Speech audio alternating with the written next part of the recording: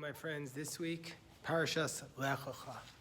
Back in around the year 1914, in Warsaw, the following scene happened. It's happened in many, many homes, a similar scene, I'm sure. I've seen it in my home, I've seen other homes.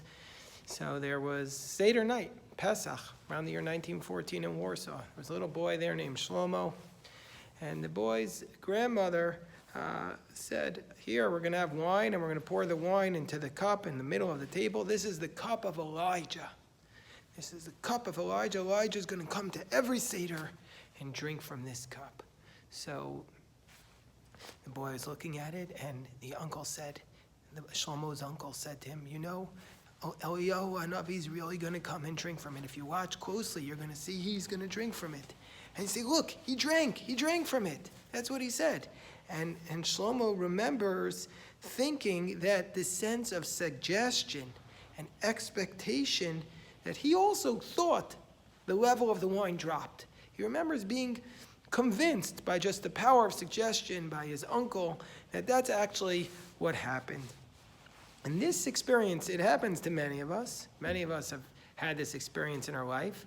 But this experience had such a big impact on Shlomo that he grew up and he became a very well-known psychologist, and he performed many experiments which became world famous in the area of social pressures and conformity, that people are more likely to agree with something if other people say it. And in a series of well-known experiments, he would take lines which were exactly the same, and he would put people into a room together, and most of the people there would be plants, and a few of the people would be the subjects of the test unknowingly, and then some of the people would say, oh yeah, this line is much longer than the other line, even though everybody knew it wasn't true. And in most cases, the people who were seeing the straight lines in front of them still succumbed to social pressure and conformity, and they gave the wrong answer. And in fact, this is even worse. Now Solomon Asch, no longer Shlomo, he went by the name Solomon in his scientific publications, he concluded it was even worse when there was the power of prestige persuasion, that if a person suggesting it was more prestigious, more and more people will be likely to accept that opinion, whether or not it was actually correct.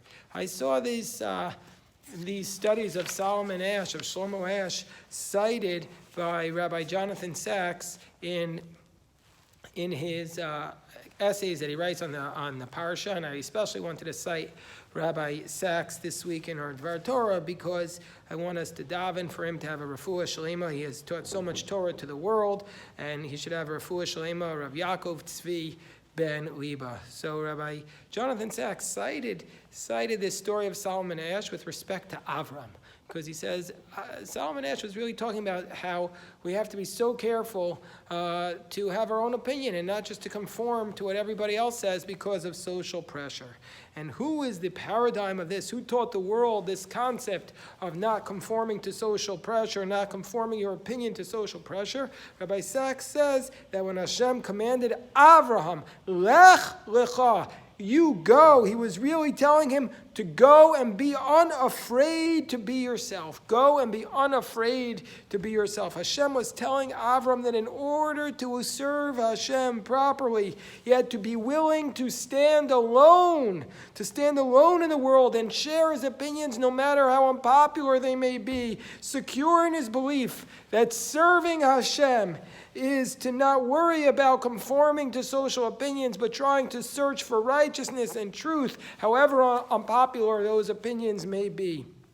Writes Rabbi Sachs, he writes beautifully, to be a child of Abraham is to have the courage to be different, to challenge the idols of the age, whatever the idols and whatever the age. In an era of polytheism, it means seeing the universe as the product of a single creative will, and therefore not meaningless, but coherent and meaningful. In an era of slavery, it meant refusing to accept the status quo in the name of God, but instead challenging it in the name of God. When power was worshipped, it meant constructing a society that cared for the powerless, the widow, the orphan, and the stranger.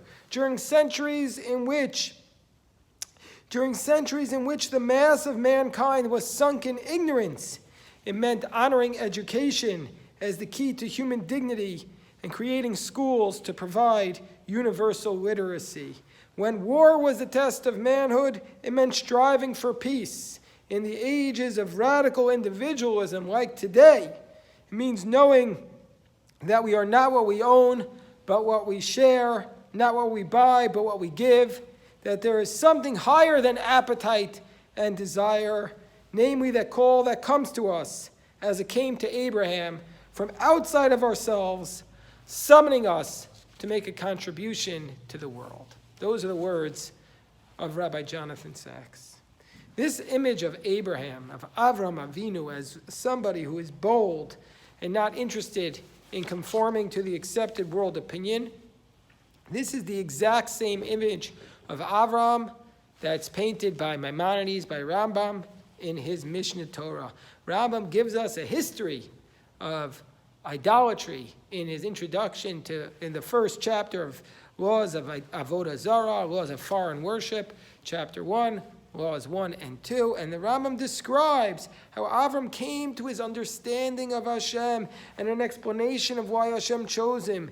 In Maimonides telling Avram was truly a solitary figure. He saw the people worshiping the planets, the stars, the sun, the moon. He saw the people worshiping in this, and Avram was a solitary figure raging against the normative opinions and behavior of his time, thinking on his own that this is not logical, this doesn't make sense. The emperor has no clothes. This is what Avram was thinking. And through his just the force of his dedication to his beliefs, Avram was able to, in the words of Rambam, bring together tens of thousands of students and write books promoting this idea of the belief in Hashem Yisbarach and service to Hashem. The image of the Rambam, of Avram Avinu, is of a figure who thinks about issues deeply and boldly and proudly, shares his vision with the world. He knew that his opinions would be unpopular. He knew that. He was willing to be thrown into a fiery furnace. He knew what his beliefs were not popular with the kings of the world, but nevertheless he shared them because he felt that they were necessary to impact the world for good. This is what Ash was saying. Ash was saying that this is the idea of social conformity is one of the basic pillars of propaganda. This is how propaganda works. Even though it's a lie, people conform to it because they are swept up in the social pressure around them.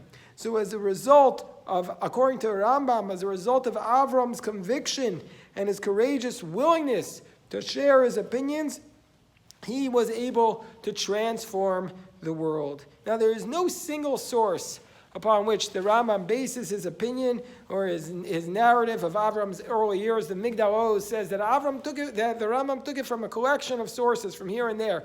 But there's no single source. But I think that in part the Rambam's description of Avram is based upon the words of Isaiah, which the Midrash, the words of Isaiah, which we're going to read in the Haftorah for Lech Lecha, which comes from Isaiah chapters 40, 41, and 42, which the Midrash says is a reference to Avram Avinu. The Midrash says that Isaiah has in mind Abraham in his description in these words, in Isaiah's words in this chapter, because Isaiah is describing in chapter 41, verse 3, Isaiah is describing a brilliant and inspiring figure who will arise from the east and who will perform acts of righteousness at every step. This figure will carry with him a sword, but it will not be a sword of steel, it will not be a sword of iron. It will be a sword of righteousness. This is what Isaiah says in chapter 41, verse 2. Its weapon will be tzedek. Its weapon will be truth and values that will come to dominate the ways of the world. Who is this figure carrying out this vision of righteousness? Says the Midrash in Tehillim, Midrash Tehillim 1:4, that this figure is Avraham Avinu. It is Avram who awakened the world through his bold opinions to this powerful call to righteousness. And Isaiah says about this figure, Isaiah says that this figure who transformed the world did it by walking down his own solitary path, a path that had never before been trod upon. Says Isaiah these words, Orach beraglav lo yavo. His path with his legs, and nobody else had gone on this path. Orach beraglav lo yavo. Nobody else had trod this path until this figure came and was this solitary figure. Some understand that the figure is not a reference to Avram, but a reference to the future Mashiach. Who is going to bring the one to bring redemption to the world? Only the one who's going to be able to say, we're going to go down a new path, a path that has never been done before. That is the way that we will achieve redemption. And Isaiah says in this Haftorah that we are the Zera Avram. It's our responsibility to be the descendants of Avram Avinu. Our responsibility is to look for the truth, not get distracted by what society values, not get distracted by the bells and whistles, but look for the truth, even though it's on an unusual path, and carry out this sword of righteousness. Isaiah says in the last two verses of this Haftorah, Isaiah says, you will thresh mountains, meaning the seed, the descendants of Abraham will thresh mountains, which is a reference to kings, that the sword of righteousness will be able to tear down the mighty kings, crushing them and turning their hills, which the commentaries understand is a reference to princes, into chaff. What does this mean, turning the hills into chaff? So here too, the Midrash is so beautiful. The Midrash on Isaiah says, imagines a scene where there's a wheat stalk growing and with beautiful leaves on it, and the wheat stalk says, look at me, I have the most beautiful, my stalk is so big, look how powerful I am, says the stalk. And the leaves come along and say, look at me, look how beautiful my leaves are. My leaves are so big and beautiful. And there's a little kernel in there, the berry, and the berry says, just wait, just wait. And the farmer comes to harvest the berry, and what does the farmer do? The farmer strikes away the chaff, throws it into the wind, gets rid of the stalk, gets rid of the leaves, and just saves the berry to grind it into wheat, to make flour, to sustain the world. That is what the Jewish people must be. We must be searching for the kernel of truth in the world and not pursuing after the stalk or the leaves. That is what the true descendant of Avram is. The true descendant of Avram is not one who is impressed by the large stalks or the glitzy leaves, but is looking for the kernel, the berry, and is unafraid to talk about it, is unafraid to search for it through this message of righteousness to the world, and says Isaiah that what will happen if we search for this kernel of truth? This will be yachlifu koach. This will be so rewarding to us, because when we search for this kernel of truth, it will in turn give us energy. We will no longer be tired, says Isaiah in his words. We will gain the energy to follow Hashem's ways and to follow the mission of the world. This is our responsibility as Jews in this world. We are descendants of Avram. We have to rise above this urge for the social pressure of conformity. We must carry on Avram's mission of speaking truth to the world wherever it leads us. We must use all of our waking energy towards this goal of carrying out Hashem's mission of carrying a sword of tzedek, of righteousness to the world, and speaking truth wherever it may lead us. Good Shabbos, my friends. Good Shabbos.